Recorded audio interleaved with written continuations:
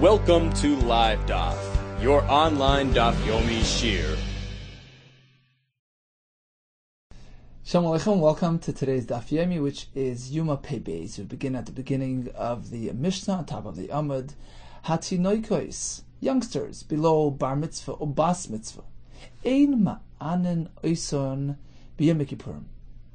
We do not have them fast on Yom Kippur. It's pashat, it can create sakana. There's no question children are not meant to engage in formal fasting. Avol mechanchen oison. However, we do train them somewhat. Rashi says, mechanchen oison l'shois. We delay their breakfast, we have them fast somewhat, at least a partial fasting. When? Says the Mishnah, l'fnei shana time. Rashi learns, l'fnei shana means a year before that last year of their katnus. So we know that a Zachar will turn Bar Mitzvah at 13, and a Nekeva at 12. Apparently the Nekeva achieves maturity, physical as well as emotional, a year before the Zachar. Lifnei Shana means a year prior to that Shana, that year which is right before she becomes a Gedolah. So it's really 2 years before she turns into an adult, meaning at 10 years old. 10 and 11, those 2 years are years of chinuch. Lifnei Shana Tayim means a year before, 2 years prior to becoming an adult. So when she's still 9 years old. And the Gemara will explain exactly what the Mishnah is referring to. When do we say this? When do we say that? And what's the point? Bishvil sheyu regil b'mitzvahs. So that we train them. They become accustomed to keeping mitzvahs, accustomed to the concept of fasting. Says the Gemara, what do you mean? 2 years prior, 3 years prior? Once you've told me that chinuch applies b'fnei shtayim, as Rashi explained, it means the year before those last 2 years, immediately before she becomes a gedolah, meaning b'fnei shtayim is 3 years before she becomes an adult. Once you say that, b'fnei shana b'boya, is there a need to speak about the next stage? That chinuch applies 2 years before becoming a gadol? Once you know 3 years before, certainly the closer you get, chinuch will apply. Why mention both numbers if we're speaking about the same individual? The answer is, well, it depends who we're speaking about. Depends on her state of health. We speak about a 10-year-old engaging in some sort of fasting on account of chinuch. 10-year-old meaning 2 years before becoming a gdolah, that's a chayla. She's rather weak. In which case, we allow it to begin a year later. When we speak about a 9-year-old girl fasting on account of chinuch, she's bari, she's healthy and strong, which allows her to begin fasting at 9 years old. So this is Rav Chizda's approach. Chinuch begins either 3 years prior to achieving adulthood, or 2 years prior, depending on the child's state of health. So let's pick, for example, in a keva, a girl. If she's a bari, she'll begin chinuch at 9 years old. A chayla at 10 years old. Now the Gemara will present another pshat in the Mishnah. Rav Huna and Rav Nachman. Amar Rav Huna, he's going to be speaking about a ketana. Ben ches or ben tes, when she's merely 8 or 9 years old, that's when chinuch l'shois begins. We delay their breakfast. So according to Rav Huna and likewise Rav Nachman, chinuch is a 4-year package, a 4-year deal. It begins 4 years before achieving maturity. The first 2 of those years involve chinuch l'shois, partial fasting. We delay their breakfast a couple hours. The next 2 years involves hashlama, Midrabban, we require that they completely fast. They fast the entire day. But to really get them used to the concept. So it's a 4-year package. The first 2 years, it's only l'shois, it's a partial fasting. The second 2 years, a full-fledged fasting, and then, of course, they transition into godless when they begin fasting for real, minat Torah. So again, Omar Afhuna ben Ches ben Tes, we're speaking about a Ketana, a Nekeva, when she is 4 years before achieving adulthood, when she's merely 8 or 9, meaning when she's a chayla, when she's rather weak, we give her another year. She begins only at 9. That's when we apply chinuch l'shois, a partial fasting. However, ben Yud or ben Yud Aleph, once she's 10 or 11, mashlibin midrabanan, they're meant to complete the entire fast midrabanan. Ben Yud Beis, once she reaches adulthood, she's already bas mitzvah, 12 years old, mashlim deraisa, b'tinaikas. Speaking about tinaikas, where her bas mitzvah is when she reaches 12, right? She's already 12 years old, she's chayiv to fast minat Torah. So it's a 4-year package. The first 2 years is chinuch midrabanan, next 2 years hashlama midrabanan, and then she's full-fledged doila. So again, the numbers are as follows. A Tinaikis, an Akeva. If she's a Bari, she begins 4 years prior. So when she's 8 and 9, she's Chinuch L'Shois. When she's 10 and 11, Hashlama Midrabanan. If she's a Chayla, rather weak, then she begins a year later. So when she's 9 and 10, Chinuch L'Shois. When she's 11, Hashlama. For Rav Nachman Amar, he presented the same halacha regarding a zachar, who begins, of course, a year later. So ben Tes or ben Yud, when he's 9 or 10, 9 being 4 years before bar mitzvah, 9 and 10, machachon oisan l'shois. They begin chinuch l'shois, a partial fast day. And of course, the difference here is whether he's a bari or chayla. If he's healthy, he starts at 9 years old. If he is rather weak, he begins a year later at 10. Ben Yud Aleph or Ben Yud Beis, when he's 11 or 12, mashlimin midrabanan, then he completes the entire day. Midrabanan, Ben Yud Gimel, mashlim deraisa, once he hits 13, his bar mitzvah, he fasts. Midaraisa, a full complete day, and of course we're speaking betinaik. Rav Nachman is describing the numbers regarding a boy. So Rav Huna and Rav Nachman are following in the same track. Rav Huna simply presented the equation as per Tinaikas and Akeva, and Rav Nachman as per a Tinaik. And again, the point of coin to them is that we have 2 parts, 2 phases, 2 stages of Chinuch. It's called something called l'shois, a partial fasting, just a couple of hours of fasting, and that begins 4 years prior to bar or bar mitzvah. And then we have chinuch hashlama, give him a real taste of the real thing. He has to really complete the entire fasting, and that's the next 2 years. 2 years immediately preceding the becoming a gadol.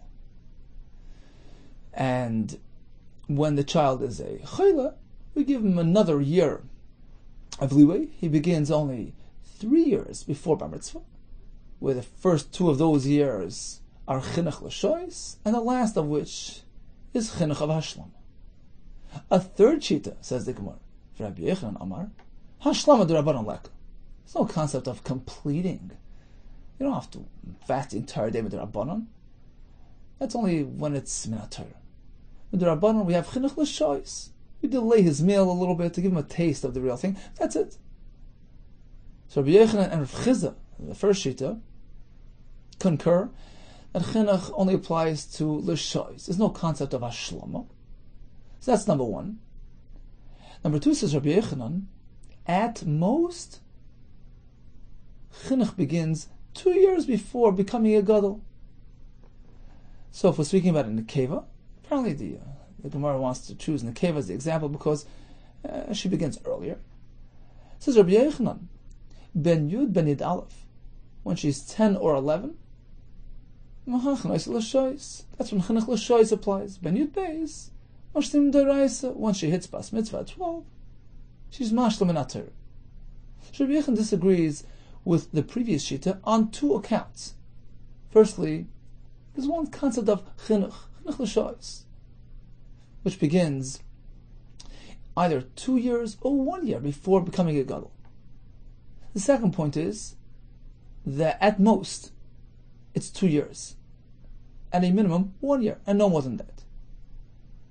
So, for instance, by a tinoikus, by a nikeva, if she's buried, she begins chinuch l'shois when? At 10 years old. Ben Yud Aleph. Ben Yud. If she's a choila, a rather weakened state of health, as she says, koshosh v'toshosh koyach, then she begins only 1 year before turning into a gdoila, meaning when she's 11 years old. So let's just stop for a second, take stock. We have three shitas, Rav Chizda, we have Rav Huna and Rav Nachman, both the same shita, and we have Rabbi Yehuda. Let's focus on tinoikus at this point, which seems to be the focal point of our Gemara. Rav Chizda maintains there's something called chinuch l'shois, and that's it. That begins either 3 years before turning into a gadol, or 2 years, depending on the child's state of health. If she's a tinoikus bari, she begins when she's 9 years old. So you have 9, 10, and 11. That's 3 years before turning bas mitzvah at 12. If she's choila, she begins a year later, at 10 years old, which is 2 years prior to adulthood. The next shita was Rav Huna and Rav Nachman, who hold that there are two phases to chinuch. There's shois and there's hashlam. So again, a tinoikus, if she is in a bari state of health, she begins chinuch l'shois 4 years prior to adulthood. So years 8 and 9 is chinuch l'shois. Years 10 and 11 is hashlam. If she's a tinoikus who's a choila, she begins a year later, when she's 9 years old. Extends until 10 years old, 2 years of shois, with year 11 being the 1 year for her shlama. When she turns 12, she's chayv in Torah. Rabbi Yehuda says there is only chinuch l'shois, and it begins closer to adulthood. Again, a tinoikus, if she is bari, she begins 2 years before adulthood. She fasts when she's 10 and 11. If she's a choila, she only begins at 11. So let's take a close look at our Mishnah and see how it fits with these shittas. We don't have kids fasting Yom Kippur. We apply chinuch when? Lifnei shana, lifnei shtayim. So Rashi explained it in the Mishnah. Lifnei shana means 2 years prior to adulthood. Lifnei shtayim means 3 years prior to adulthood. So that's the Mishnah. This works well according to Rav Huna and Rav Nachman's approach. They're going to learn that the Mishnah is speaking about a tinoikus, and she's weak. She's a choila. And what does the Mishnah mean? Lifnei shana, which means 2 years prior to becoming a gdoila. Lifnei shtayim means 3 years prior to becoming a gdoila, and it will be applied as follows. Lifnei shana means l'divrayim, because when we say lifnei shana, which means 2 years prior, it's referring to when she's 9 years old. 2 years prior to l'divrayim, to when she begins being mashlim, according to the Rabbanon, which begins when she's 11 years old. According to them, there were 2 phases of chinuch, 2 stages. One was shois. So for a tinoikus who is a choila, that begins when she's 9 years old. When she's 9 and 10, she does chinuch l'shois. And then when she's 11, she completes the fast day, midrabanan, midabrayim. So Mishnah speaks about something that begins 2 years prior, to refer to when she turns 9 years old, which is 2 years prior to when she begins completing the fast midrabanan. Right? When she's 9 and 10, she does shois. When she's 11, she's mashlim. When the Mishnah says l'fnei shtayim, meaning 3 years before, prior to what? Again, we're speaking about a tinoikis who's a chayla, same person, and it's referring to when she is 9 years old, so it's the same age, but just a different way of referring to it. She's 9 years old, and it's 3 years prior to what? L'divrei Torah, as the Bach is Geras.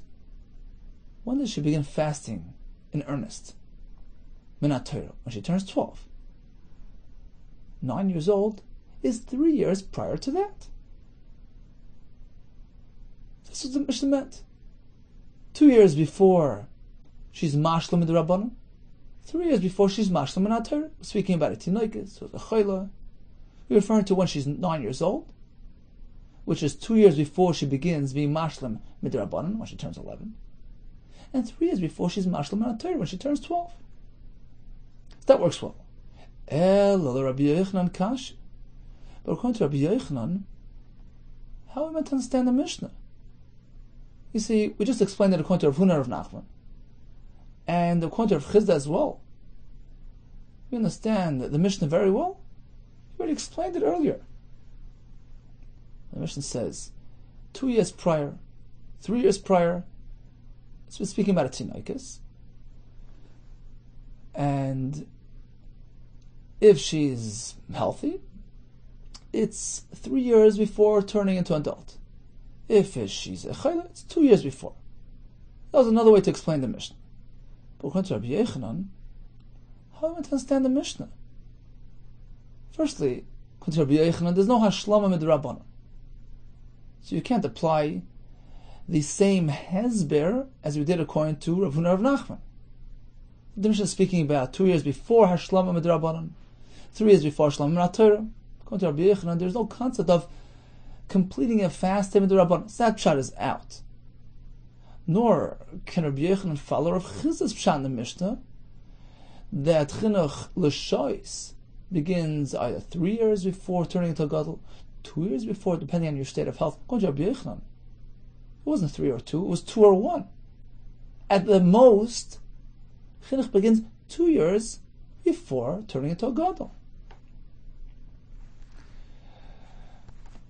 Rabbi Yechanan will respond. I'm going to explain the Mishnah as follows. My shana ishtayim. You know what the Mishnah means? A year before, 2 years before, samach l'pirka. It means simply a year before turning into a gadol, or 2 years before that. Not 2 or 3. A year before the year which is near gadol, or a year before 2 years. No. Simply put, she turns into a gadol at 12. Shana means a year before that, when she's 11. Shtayim means 2 years before that, when she's 10. Exactly the way I put it. There's one concept of chinuch l'shois. When she's a bari, she begins 2 years before she turns into an adult, meaning when she's 10. If she's in a weakened state, she begins a year later when she's 11. Which is shana before she turns into a gadol. Tashma, listen to this right. The Tani Rabbi Bar Shmuel, he presented a brayso as follows: Tinoikos ein ma'anan oisim yom kippurim. We don't engage tinoikos in fasting. Aval, by the way, some of Farshim ask a kasha. It's kasha over here and on the Mishnah. Why mention Yom Kippur? Isn't that our Masechta? Of course, we speak about Yom Kippur. So they say that apparently the concept of chinuch, of training children to fast, only applies to Yom Kippur. We don't find it in halacha applied to any other fasting. Interesting observation. Getting back to the brayso, Tinoikes ein ma'anen oisen Yom Kippur. Not meant to fast. Aval machanchen oisen, but we do apply chinuch. We have them fast somewhat. Tanis l'shois, when shana ishtayim samach l'pirka, a year or 2 before turning into an adult. This is exactly Rabbi Yechanan, right? Bishlam the Rabbi Yechanan nicha. According to him, it's perfect. It's exactly what he said. A, there's only chinuch l'shois. B, it's either a year or 2 before turning into a gadol. Elo Rav Huna, Rav Nachman kasha. According to them, it's very difficult to understand this brisa. A year or two? According to them, chinuch l'shois begins either 4 years before turning into a gadol, or at least 3 years if the child is weak. So the minimum is 3 years, as opposed to the brisa who presents it as 1 or 2, never 3. Amri lach Rabbana, they'll respond like this: My chinuch nami diktani. You know what the brisa means? That chinuch begins 1 or 2 years prior. Not referring to chinuch l'shois, which is the second phase of chinuch, closer to adulthood. Hashlama. Chinuch is referring to that second phase of. My chinuch nami diktani. You know what the term chinuch is referring to? Not chinuch l'shois, which is further away from adulthood, which begins either 4 or 3 years before adulthood. No, hashlama. It's referring to the second phase of chinuch, completion, where the Chachamim mandated a complete fast day for these ktanim. And that, of course, begins only 1 or maximum 2 years before adulthood, exactly as we said. Since when do we refer to hashlama as chinuch, which the Gemara assumes is just a partial fasting? So how can you say chinuch is hashlama? Vatanya, ezo chinuch. What exactly is chinuch? Hayiraga lechel b'shtei shois. Child was accustomed to having his breakfast 2 hours into the day. Machil n'oisel l'shalosh. We delay him an hour. B'shalosh. He was used to eating 3 hours into the day. Machil n'oisel b'arba. We feed him at 4 hours into the day. Chinuch is referring to a shois type of fasting, not a complete fast day. Amar Rava bar Ula, Trei chinuchi havu. Indeed, there are 2 types of chinuch. The brisa that you just mentioned is referring to the chinuch l'shois. But the earlier brisa, which said you're machanech a year or 2 prior to adulthood, is referring to hashlama, the other type of chinuch. We give him a real taste of the real thing. In which case, say Rav Huna, Rav Nachman, it certainly makes sense that the brisa presents it as only taking off a year or 2 prior to adulthood, exactly as we maintained. So in summary, regarding chinuch applied to Tanaikas and Yom Kippur, we have Rav Chizda, Rav Huna, and Rav Nachman, and Rabbi Yehuda. Let's go down the list. According to Rav Chizda, there's only chinuch l'shois, no hashlama, which begins 3 years prior to gadlus, or 2 years if the child is a chayil. So by Yetinik, it's going to be as follows: a healthy child begins his chinuch l'shois when he's 10 years old. That gives him 3 years till bar mitzvah, 10, 11, and 12. He's a chayil, it begins at 11. A Tinaikis, who starts a year earlier, if she's bari, she starts at 9. 9, 10, and 11, 3 years of chinuch l'shois. If she's a chayla, she begins only at 10 years old. Rav Huna and Rav Nachman maintain that 2 types of chinuch l'shois, as well as hashlama. It's a 4-year arrangement. The first 2 years being chinuch l'shois, the latter 2 years, chinuch hashlama. Let's go down the list. By a tinok, by a zachar, if he's bari, he'll begin 4 years before bar mitzvah. Chinuch l'shois will apply when he's 9 and 10 years old. He'll be mashlim once he reaches 11 and 12. When he's a chayla, you give him an extra year. He begins his chinuch l'shois when he's 10 years old, continues through 11, does hashlama only once he hits 12 years old. So we cut off a year of the hashlama. By Tinaikis, if she's bari, she begins 4 years before adulthood. When she's 8 or 9, she does chinuch l'shois. When she's 10 and 11, she's mashlim. By a chayla, she begins a year later. When she's 9 or 10, she does shois. When she's 11, she's mashlim. According to Rabbi Yehuda, there's no hashlama, and it's only a 2-year maximum. So a tinik bari begins at 11 through 12. If he's a chayla, that only applies when he's 12 years old. A tinaikis, she does the chinuch l'shois when she's 10 and 11. If she's a chayla, only when she's 11 years old. Continues the Mishnah. Ubora shehiricha. An expectant woman discerned a smell of some food which aroused a desire and put her into a craving state of mind. This is Yom Kippur. You can feed her until she gets back to herself. It could put her and the unborn child in sakana. Sakanas nefashos is daicha kol haTorah kula. Likewise, if we have a chayla, an ill person whose life is in danger, you can feed him based on the good advice of expert doctors. Let's say we have no access to these doctors. You can feed him on his own accord. He says, I need it. We feed him, we listen to him. He understands himself. He recognizes and feels the severe state that he's in. So we're allowed to follow his advice until he picks up his hand and says, enough is enough, I'm okay to go. Says Rashi right in the middle of the wide lines. Masnissen. Ubara sheiricha. Ubar. It's not her, it's the unborn child who's meiriach reach tafshel. He's the one. Somehow he smells. He gets a hang of the good smell of the good food. And he desires that food, and he generates that craving in his mother. She doesn't follow through. Both are in danger. Likewise, we feed him up. If two doctors advise us, go ahead and feed him, we go ahead and we follow that. Says the Gemara Tana Rabbah, Ubara sheiricha b'sar kodesh. Suppose an expectant woman detected the reich of basar kodesh throughout the year, not on Yom Kippur. She's not allowed to eat basar kodesh or basar chazir, which is not kosher. What do? Koach nefesh. We try to minimize the damage. First, we attempt to do as follows. We take a kush, a rod, we dip it into the juice. We place it on her mouth. We try to minimize the isser, just a little teeny bit, not even enough to swallow. Perhaps that will suffice. If it settled her down, achieved the goal, fine, great.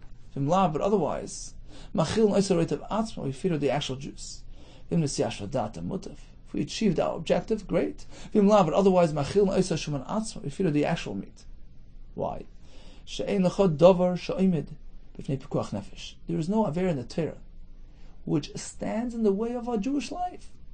Except for the three cardinal sins. Now the Gemara provide sources for all three. How do we know that one is meant to give up his life to avoid Avodah Zarah? The Sanya. The pasuk reads as follows: V'ahavta es Hashem Elokecha b'chol levavcha v'chol nafshecha v'chol moedecha. Your intense love to Hashem is meant to surpass everything. You're meant to do it at the expense of your life, v'chol nafshecha, v'chol moedecha, the expense of your fortune. And the shaila is, why mention both? Just mention the more precious of the two, in which case everything is included. One is meant to give up the most precious thing that he has. Let's decide, is it life, is it money? Whatever it is, it's only one. And that's what he's meant to give up.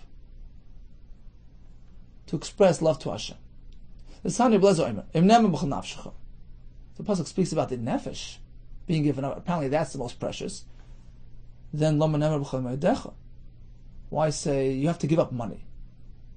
If life is meant to be given up, certainly here's money. The pasuk mentions money. Apparently that's more precious. Why speak about nefesh? Says the Gemara, it depends on who we're speaking about. Depends on the person. If we're speaking about a person whose life is more precious than his money, so to him we have to say, give up your life. However, if we have a person whose money is more valuable than his life, he can't live life without his money. His money makes his life. So that's the high value item in his life. That's more important than his actual life. That's what the pasuk say. be willing to give up, to forfeit even your fortune for the sake of Avas Hashem. Apparently, one is meant to be Meiser Nefesh, to achieve Avas Hashem, and not to worship Avodah Zarah. How do we know that those things are meant to override a person's life? The Sani, Rabbi Yehuda, the pasuk speaks about an incident occurring with a Nara Morasa, a Nara who was betrothed, was engaged. And the pasuk says, Ki kasher yokum ish al re'eu ritzochay nefesh. Just as we find, a person gets up and kills somebody, that concept applies here as well. Kena davar zeh, it's going to apply to this Nara Morasa. The kasha is, what does Ritzech teach us? What are we trying to import from Ritzech to Nara? V'chema inin lamadnu me Ritzech l'Nara Morasa. Which halacha have we derived from Ritzech to Nara? Ella, rather, hareza balalamid v'nimtza lamid. It appears that Ritzech is coming to teach Nara Morasa, balalamid, but really v'nimtza lamid. It's going to actually learn from Nara. Ma Nara Hamurasa. Just as we find by the Nara, Nitan Latzila, you can save her. B'nafshoy, even at the expense of the attacker. Kill him to save her from Avera. Af Ritzeach, likewise Ritzeach. If you notice somebody pursuing his friend, going to kill him, you can save the potential victim by killing the perpetrator. So Ritzeach actually learns this halacha from Nara Murasa. Now, how do we know that this halacha is true by Nara? We're going to see Rashi soon. Pasuk says nobody was there to help her. Apparently, if one could help her, he should help her in any way possible, even at the expense of the attacker. That's number one. Number two, Ma Ritzeach Yehareg Val Yavar. And here we're going to learn something from Ritzeach to Nara. Just as by Ritzeach we say, Yehareg Val Yavar. A person should rather let himself be killed than for him to kill somebody else. So even if it's under the threat of death, he should not kill somebody. Af Nara Amorosa, Yehareg Val Yavar. Likewise by Nara. A person should be willing to forego his life rather than sinning with the Nara. Let's go down to Rashi, 5 lines from the bottom. Lomar Nema B'chol Meidech, Yoymar HaChaviv, Shebehem, V'kol Shkein, Shein HaChaviv. The pasuk could simply have said, the most precious one should be given up, and certainly the lesser. And the answer is, it depends on a person's perspective. What's more important to him, his life or his money? Either way, give it all up for Hashem. The pasuk says, Kasher Yakum, V'nara Merosa Ksiv, Ma Lamadnu Merotzech Na Merosa. Shukim Mishpat Ritzech, Mishpat Davar Zeh. Pasuk seems to be saying that the halacha that applies to Ritzech applies here. What do we learn? It says the Gemara, actually we learn from Nara to Ritzech. Ma Nara Morasa, Niton Rishus, Lamatz, Latzila, Mibi Ilazum B'nafshe Shaboyel, Zel Lahargoy, Ashale Bo'aleho. Just as by Nara, we know that if somebody is observing the scene, he has a right. He's meant to go ahead, save the Nara at the expense of the attacker. There's nobody to save her. Hoyesh Mashiach, there's somebody that could do so. He's meant to carry it out in any which manner that he could, even at the expense of the pursuer. Likewise by Ritzeach, he meant to save the victim even at the expense of the attacker. And we learn from Ritzeach that just as over there, Yehareg Val Yavar, if you receive a threat, go kill somebody. Otherwise I'll kill you. Yehareg Val Yavar. He should be willing to give his life up rather than be over this Avera Zu, Kedim Farash L'Kamon. Afnar Morasa. Im Yoimru, if they warn him, go ahead and do the Avera Dinara, Bo'el Arus Chavercha, Oite Hareg, Yehareg Val Yavar. Says Rashi, Aval he an Eina Matzuva Limser Nafsha. It only applies to the Ish, but not to the Isha, the He Eina Isa Klum, the Karka Oilam Ba'almish, it's passive Ra'el Dava Esther, we find by Esther. She didn't have to give her life up by the experience of the Chashverish, because she's just Karka. In any case, we learn one halacha from Nara to Ratzeach. Nitan Latzil, the victim, Benavshe shall attacker.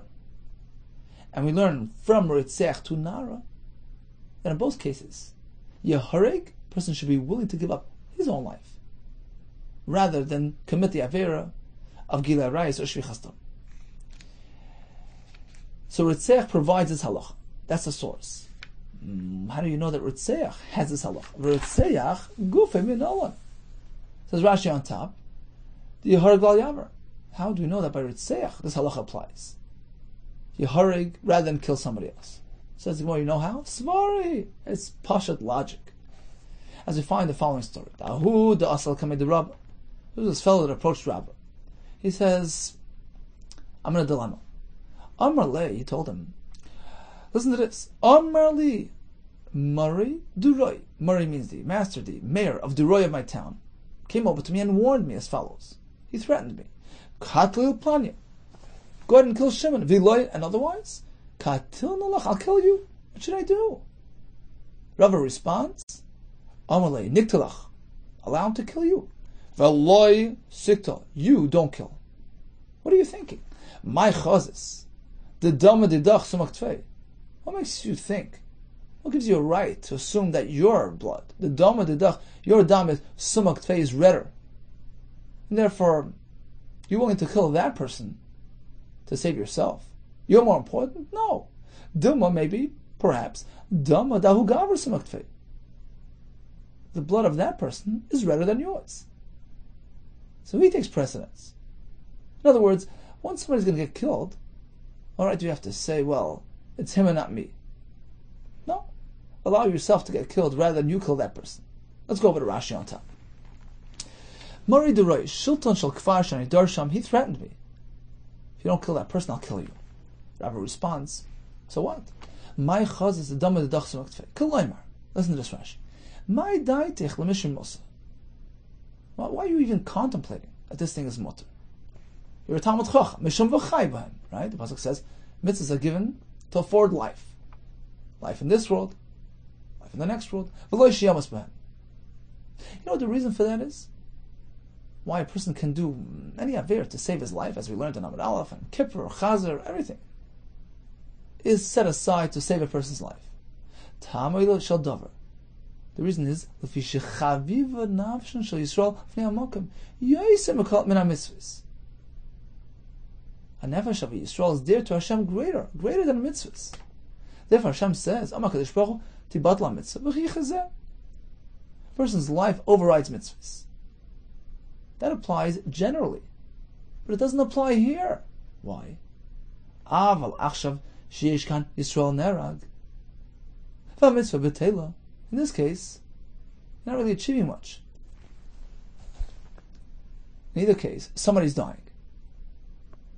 And you're bringing mevatel the mitzvah. You're doing eser ritzicha. Lama yita b'nei hamokim lavar mitzvasai. Why would you think that Hashem favors it this way? Do ritzicha. Why? To save? You're not saving.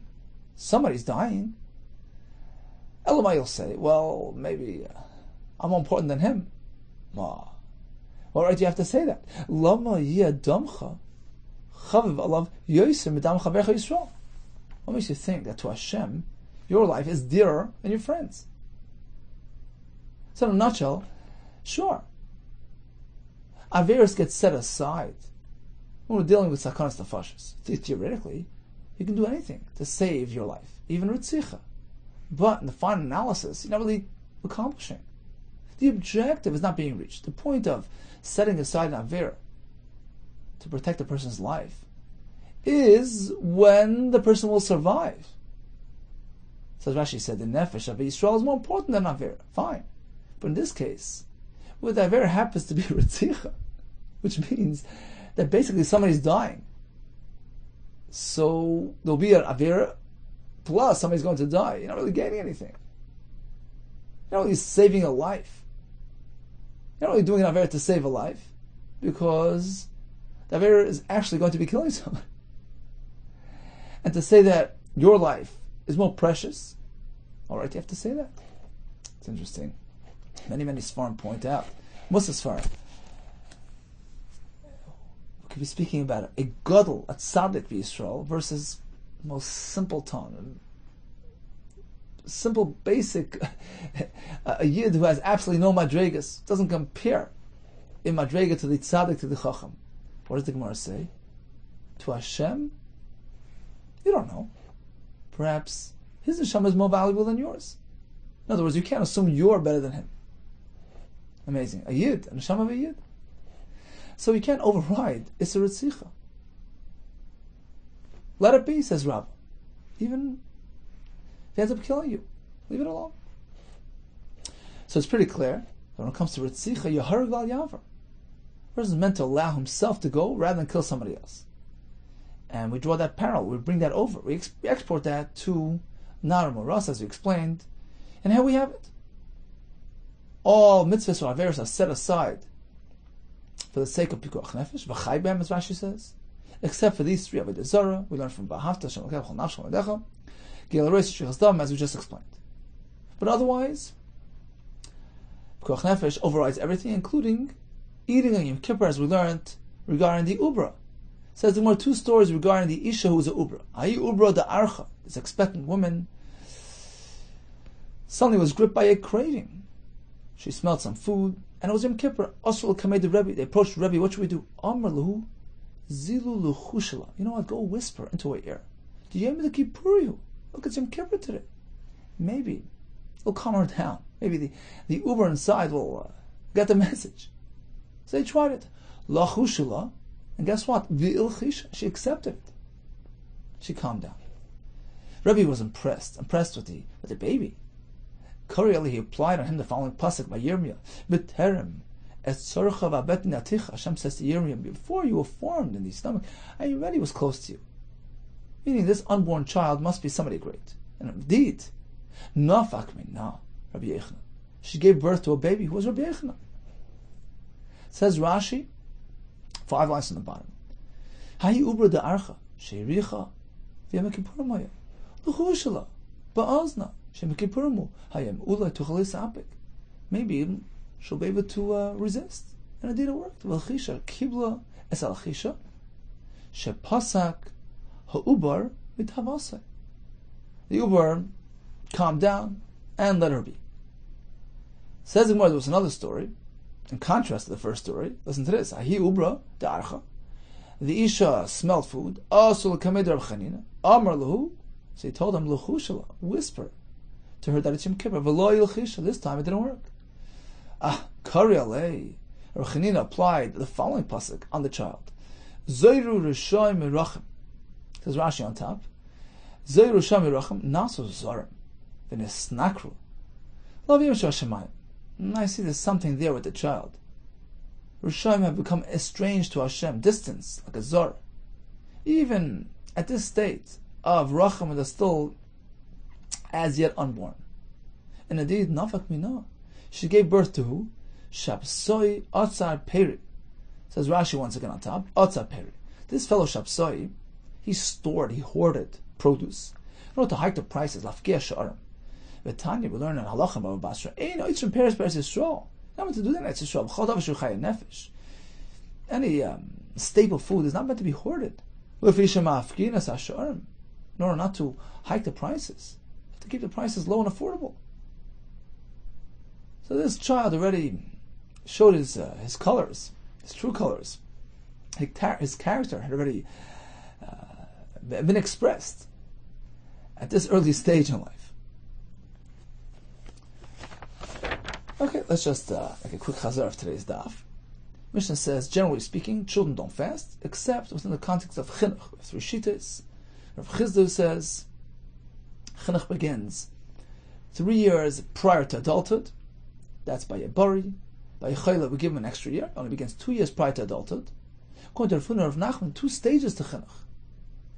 It really begins 4 years before becoming a gadol. The first 2 of which are chinuch shais.